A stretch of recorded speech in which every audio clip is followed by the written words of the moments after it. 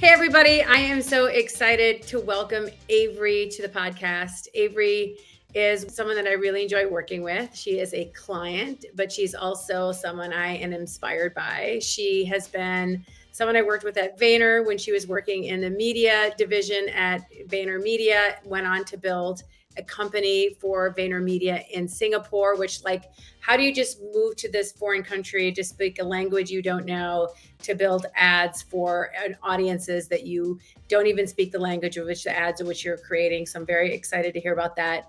But more importantly is now she's the president of VaynerX. VaynerX is a consulting firm that helps businesses understand how to integrate and build in Web3. If you want to launch an NFT project, if you want to integrate from Web2 to Web3, if you want to learn how to get educated at this space, if you are really interested in learning about blockchain technology, what's now and what's next, Avery's the one that you go to. She is the woman that has built this company from ground zero. She has an incredible team working under her. But Avery, really excited to have you on the show today to talk about all things Web3 and how you got into this space as well. I'm so excited to be here, Maha. You know, I'm a huge fan of all things Maha, so I'm honored to be a guest. So Avery, when Gary contacted you and said, go start an agency for me in Singapore, what was that like? How did you do that?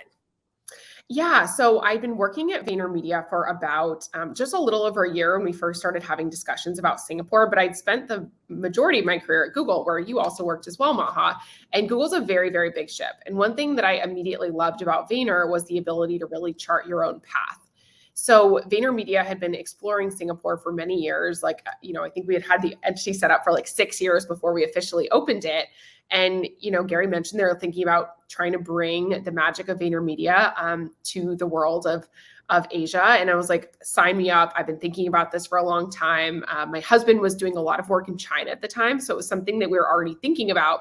So the alchemy was kind of perfect. And we launched Vayner Media in Singapore in July of 2019. I think you had come out with us on a trip in May with Gary, and he'd done a little bit of sort of vetting and scouting, and we were thinking about what that would be like, but we officially got started in July of 2019. And it was such an amazing journey of learning, exploration, figuring out a whole new world for us, and quickly realized that Singapore, while a huge hub for multinationals, is only one small part of the puzzle. And within a couple of months, we started to build out our offices in Tokyo, in Bangkok, and then Sydney and Hong Kong to service our partners, which we are primarily working with on a regional basis. Do you still stay in touch with the team there? And are you still tied to building, these are all the people that you hired? It's so funny. I was literally right before this, I was just working on a deck. We're actually working on an idea for the Philippines, which is a new market for Vayner Media, and we're working on a launch for a big partner out there. And the Philippines is actually one of the most crypto literate nations because of Axie Infinity. So we were talking about doing a sort of first foray into Web3 for the Vayner Media APAC team. And I talk to that team every day, whether it's, kicking around different ideas and concepts or just checking in. It's awesome to stay in touch with them. And I'm so proud of what they continue to be building. Yeah, you obviously built an infrastructure and a team and an infrastructure for them to build up. So you're in Singapore, Gary calls you and says, we have a new company, we'd love you to come run it. And it's about NFTs. What was that conversation, and what did you know about NFTs at the time? Yeah, well, it was really, really early when Gary first was starting to think about NFTs, and he was learning about them from some of his friends who've been sort of Web2 leaders and investors. When he first mentioned NFTs, I literally didn't even know what NFT was. I had to Google it. I was like, what is that? But this is all happening during the pandemic, lockdown period. So people were spending a ton of time at home. So I had more time than usual to go play around with Discord and watch YouTube videos and listen to Clubhouse spaces and just learn. I'd been an investor in crypto sort of casually and passively for, 5 years or so since I lived in San Francisco. So I actually had Ethereum and Bitcoin and Litecoin, but I really never didn't know much about it. I was just kind of at an arm's length. I knew what it was. I bought it, and then it went up, and then it went way down, and I kind of forgot about it. I literally had to have show my passport to get back into my Coinbase account. And then when I checked it, I was like, oh wow, this bounced back nicely. And that kind of gave me my first little seed fund to start messing around with NFTs. And I'm a person who likes to be hands-on when I learn. So I was hearing things and reading things, but when it really started to click for me that the consumer blockchain is going to change like everything and such a significant technological development was when I really started to play around with it myself and see that transparency, whether it's moving money from person to person and peer to peer or transferring NFT assets. That level of just absolute transparency is unlike anything that we've seen in the Web2 world, especially because it's entirely like decentralized. It's not like this is happening through a specific company who's auditing all of these files. So I started to get hands-on with it, really listen and learn, and then talk to people in the space who had been doing this for a very long time, who are real OGs. And I learned a lot from them too, where, right after this, having a call with some of my earliest teachers who, answered all my questions and really helped to shape our initial thinking around what's the right way to enter NFT market and to understand the sort of OG Web3 consumers. And when you said consumer blockchain, what is that? The blockchain that consumers will be familiar with, right? Like there's a lot of blockchain applications that will be the same as like cloud computing, where a normal person won't necessarily know about it or understand it. But I think that the transparency of the blockchain that exists in consumer behavior, like selling, transferring money, transferring items, the fact that today Ethereum is like the gold standard for how that's done, but in the future it could be other things as well. Yep. That idea that it's blockchain enabled technology that consumers can see and understand was very just tremendously interesting to me. And I think it's something that we'll see have so many applications beyond just like the narrow focus of NFTs, which is, we started with like an inch wide and a mile deep, just really getting that. But over the past year, we've really broadened our thinking to be looking at how the blockchain can enable all different types of things, from supply chain efficiency to NFTs to cryptocurrency and so much more. So one of the things, Avery, that I love about how you operate is you really help people go under the hood to understand what they're doing. So you've been dealing with all these big brands to explain to them, why should you launch an NFT? Why should you care about Web3? What's the biggest thing that they ask you that you think if everyone understood this thing, that then they would get it? Like a common question that arises from clients that are brands that are trying to get into the space. Yeah, I think the most common question that I get multiple times a day is like, why would someone want to buy an NFT?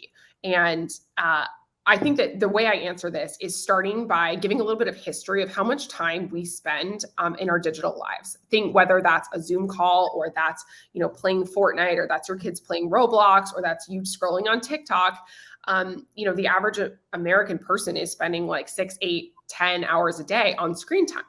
And if you think about that amount of time, you spend all this time online, but you don't actually own anything. Nothing comes with you from site to site. It's the last 2 decades of internet history has really been built in these walled gardens where you're working across different ecosystems, but you as the user don't actually have an identity that moves with you. So it starts to click for people and they're like, okay, yeah, I spend a lot of time online too. I also don't have anything that represents who I am. And I also have no interoperability. That's when it starts to click to them that like digital asset ownership matters. And it can't just be a screenshot of a JPEG, right? Because again, back to that blockchain verifying the ownership and the provenance, the history, that's really what underpins all of this and makes it really interesting. So I think that's the most common question I get is like, why would I want to buy an NFT? I could take a screenshot. Why would someone pay that amount of money for it? And really explaining the history of how much time people spend online and how little control of their identity and data they really are able to take with them in today's digital ecosystems. So it's such a new industry. So everyone's trying to learn. What would be like 3 practical things you would recommend if someone wants to learn more about this space? Because it's always do your own research, like don't invest in an NFT or don't buy land in a metaverse or whatever activity you would do that's a new behavior in Web3. What would be 3 practical things you would recommend people to do if they wanted to get more into this arena? I would recommend people start with a small amount of money. Like, don't think about this as a big investment, right? Think about this as a little learning budget for yourself. Create a wallet, which costs $0. Create a wallet maybe across multiple blockchains. You can start with 1, or you might want to do 2, so you can understand 2 different ways of approaching NFT collection. So I always recommend people set up a wallet. They like really take the time to understand why decentralization matters as well. You can't call MetaMask and get your seed phrase back. That's not how it works. So take time to really get it set up yourself and set up properly. And then actually go and like look into things that you're interested in, whether you're a big fan of a musician, or maybe you like contemporary art, or maybe you like sports and you want to collect a sports NFT. Look into something that you genuinely have a passion point around, and collect an NFT that you enjoy. It doesn't have to be a lot of money. It doesn't have to be a hot mint. It can be something like, hey, I like this artist, I'm going to collect a piece. Hey, I like this sports team, I'm going to collect a digital asset that they have available. So you get really hands-on with it yourself. And then I would also recommend joining a community. This is something that costs you $0 and 0 cents. I think there's some really interesting subcultures being built right now in Discord, or even on Twitter, which is easy to follow as well. So if there's a program or an NFT brand that you're a fan of, start following them and understand how they're communicating with their community and team, so that you can really get in the mix and start understanding. It's a small subculture, but it's one that I think has outsized impact. Like crypto is culture right now, in a lot of ways. So I would recommend those two things: get a wallet, join a community, get yourself involved, and start participating. Did you, when you first started, you joined a bunch of Discords, you said you started learning, and then were you just like listening and watching, or were you engaging? Or it can be intimidating to like talk to crypto people if you don't know anything about it. Oh yeah, it's very intimidating to talk to crypto people because some of them are so beyond deep into this that, it's like their whole life, right? If you're a beginner, right now, there are a lot of resources. Like a year and a half ago, there weren't many. So I did comment in some of the Discords, but I was also doing a lot of like listening and reading, and there's almost like a particular language and vocabulary around the like Web3 degen talk. So you start to understand what all this means, their own acronyms, what they mean, why that's significant, what are the sort of influences of culture that like spawn memes and things like that. I think you have to listen and get it before you can really be participating in like a lot of this memeology. But I would say that now it's a bit of a different game because so many communities have been built with the goal of onboarding people, and especially onboarding women, because the space is disproportionately like white cis male living in a tech hub area right now, but that's changing rapidly. And there have been many projects that have taken like real steps to try to onboard a broader group of community people who are interested in this space but might not have been the tech early adopters. So of course that makes a bigger barrier for them, right? Because not everybody has Ethereum they bought 5 years ago. Sometimes people are buying it fresh, and it's can be a big investment if you're looking at some of these larger projects. I do want to go talk about women and Web3 a little bit. So there's some very female founded led projects that are out there, but you don't have to be an artist to be involved in Web3 and start your own NFT project. What are some of the ways that women could get involved in this, like either job opportunities or, there's ways that they can get involved in Web3. That's not the only ways to do it is by starting your own NFT project. I love that you just brought up jobs in Web3, because I think that's an area that a lot of companies are looking to hire. Actually, a lot of them are looking to hire people who work on my team, which is funny. But I think that there's a real like dearth of people who are specialists in this area. So as an individual person, like you don't have to be an artist or launch a project, but you can get really into it and understanding even things like the vocabulary of crypto Twitter and what's important and what are the tokenomics that are working today versus tomorrow.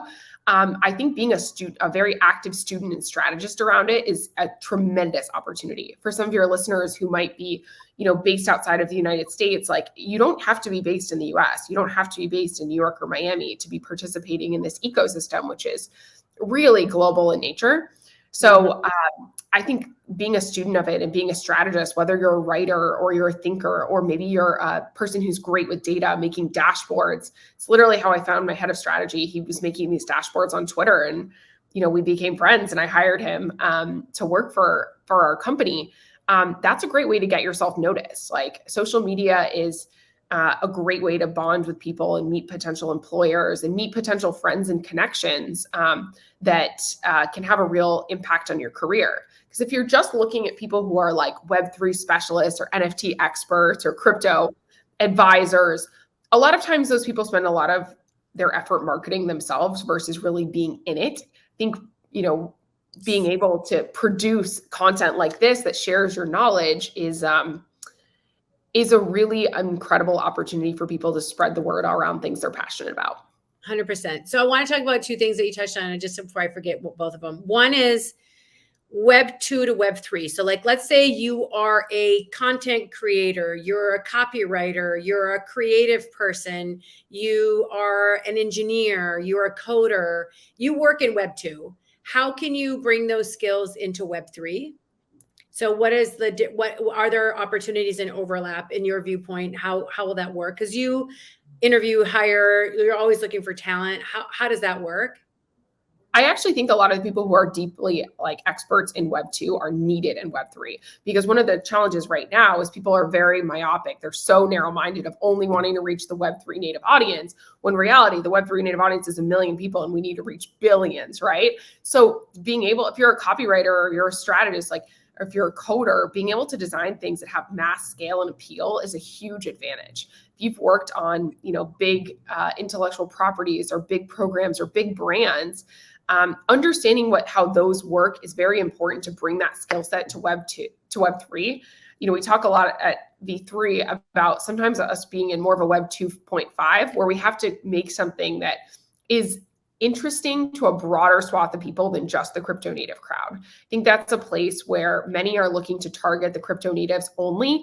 And we believe the opportunity is actually everyone. It's yes, the crypto natives, but also everyone outside of that, designing programs that are interesting and fun and, are desirable to a broader swath of users.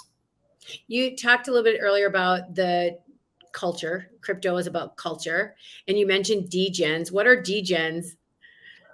Web3 degenerates or NFT degenerates is an affectionate term, sort of self-dubbed by people who are really into, whether it's trading coins or trading NFTs or trading different cryptocurrencies, who are kind of degenning in and out, buying in and out, oftentimes with an eye on making a profit, but also oftentimes almost for entertainment, kind of like traders. There's a little culture around those folks, and, whether they're into what affectionately dubbed shit coins, or they're into the NFTs, or they're into different currency and sort of day trading that. There's a pretty active culture around those individuals as well, because the market's so volatile. So if you have a good sense of like pulse on the market, that's actually, I think, a legitimate profession for thousands of people, as they've gone sort of full time into this. 100%. I do want to clarify that at V3, we're not in the degen category. We're more enterprise level, thinking about how this degen culture can shape a broader sort of cultural movement into the world of Web3 and NFTs. But yes, that is an important part of crypto Twitter.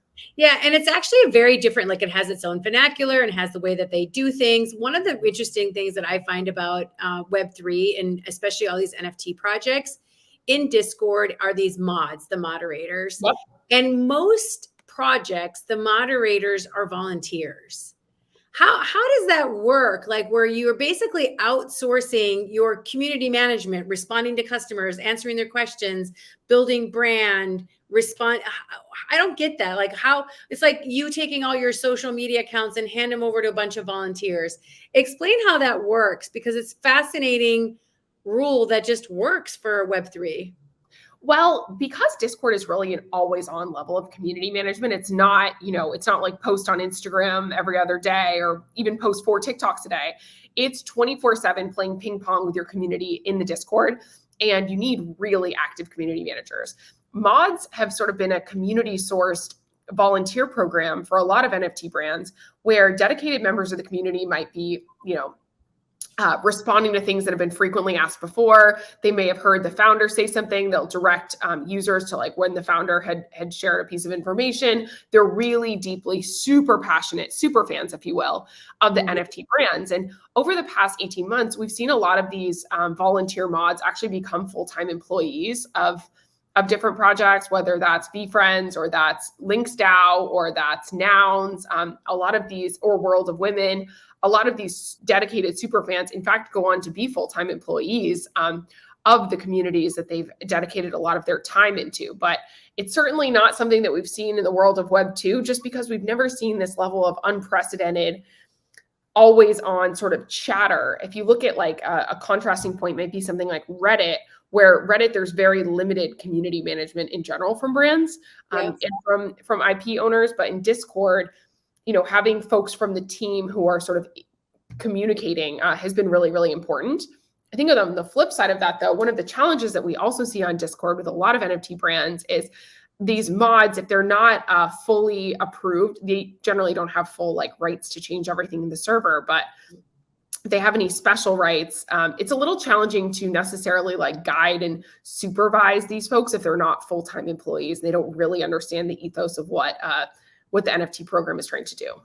Yeah, it's a challenge. It's actually one of the, maybe I'm bringing my Web2 brain to Web3 thinking, like, how am I outsourcing it? But that's one of the things you're not supposed to do, is apply Web2 thinking to Web3. I know we have to go and we're out of time, but I just wanted to say, Avery, I'm really grateful that you spent some time with us today. Before I let you go, I want to talk to you about, what do you think is next? What do you think is going to be happening in like a year from now if we to do this podcast? What are some things that you would love to see? What are you visualizing, manifesting? What are you seeing is going to happen in the industry that we should be aware of, trends or insights that you may have? I think in a year, Web3 will be way more global than it is today. I have a lot of passion around building an Asia Pacific market from my previous role. And I think we're going to see some tremendous growth coming out of really like cultural centers like Tokyo and Seoul. I think we'll see use cases beyond just sort of the profile picture that's already kind of ended. And I think in a year from now, the market will have really matured to show a lot of enterprise use cases of, organizations integrating NFTs and blockchain into their sort of day-to-day loyalty programs, their rewards programs, their experiential opportunities. I think there's going to be a lot of enterprise level use cases and a lot of non-US based success cases that will be coming out of these incredibly creative hubs and centers. So we're manifesting that. We're manifesting a team who's dedicated and, who's proud to be shaping the future of this. And I think the last thing that we look forward to is also a wider adoption of crypto. I think that is a huge gateway unlock that we're expecting will be happening, if not in the next 12 months, in the next 36. And lastly, V3 does incredible educational workshops. I know I have a big audience in Dubai and in Egypt where we'd love to get Avery to the region to talk to you guys and to really educate more about what they do. And I'll put a link in the bio and in the story of the podcast and the notes so that you guys can get in touch with her and the company to get more onto what V3 is up to. Stay tuned. I'm trying to get her to Egypt. Maybe by the time this gets out, she will already be there. But thank you, Avery, for your time today. Thank you so much, Maha, and thanks everyone for tuning in. We're always happy to be a resource. Hit us up, Vayner3 on Twitter, Instagram, if we can ever be a resource.